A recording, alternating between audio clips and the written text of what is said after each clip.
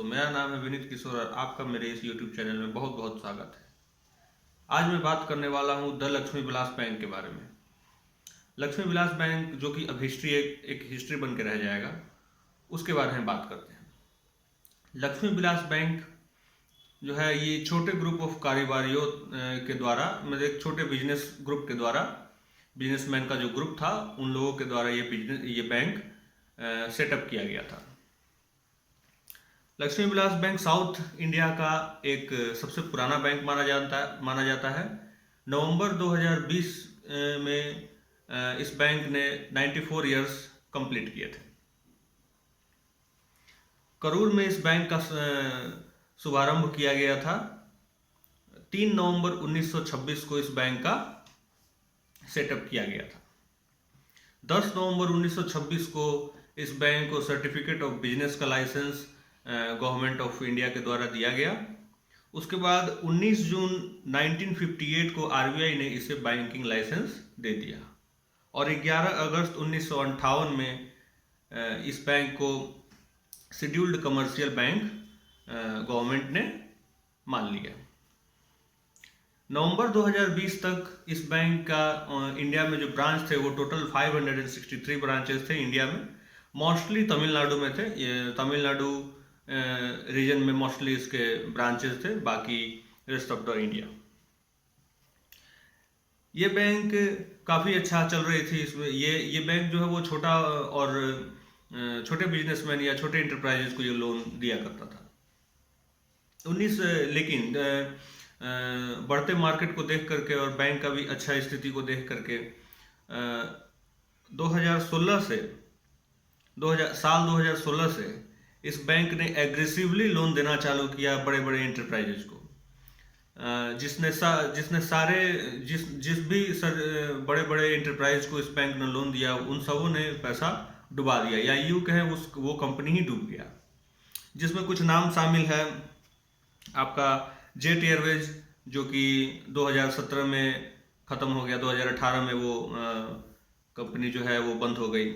उसके बाद coffee day enterprises यानी कैफ़े कॉफ़ी डे, ये लोग भी कुछ लोन लिए हुए थे।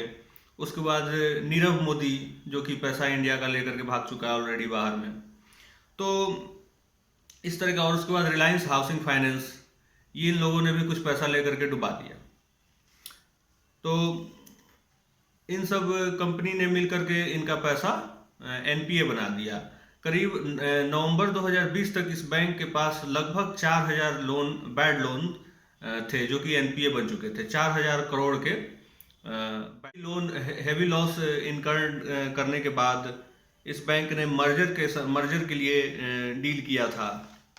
मर्जर इस बैंक का इंडिया बुल्स के साथ होने वाला था, लेकिन उसी समय आरबीआई इस बैंक के ऊपर में पीसीए लगा दिया। पीसीए जो है वो प्रॉम्प्ट करेक्टिव एक्शंस है जो आरबीआई लगाती है बैंक्स के ऊपर में, ताकि उस बैंक का स्थिति जो है थोड़ा ठीक कर सके।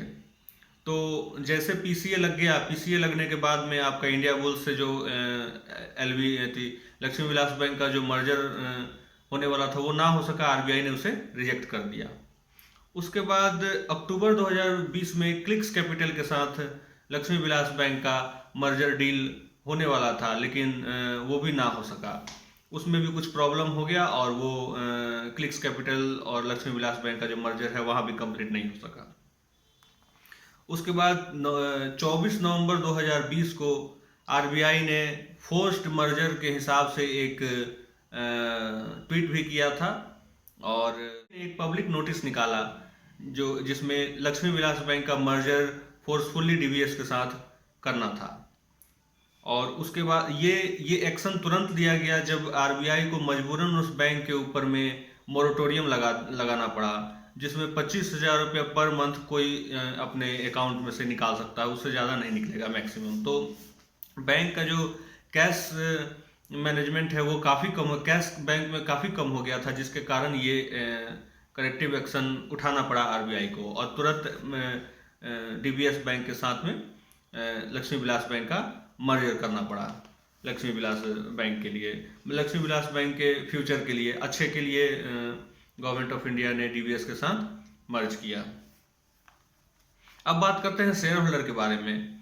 लक्ष्मी विलास बैंक का डील जैसे पता चला कि डीबीएस बैंक के साथ होने वाला है, शेयर प्राइस काफ़ी ऊपर हो गया।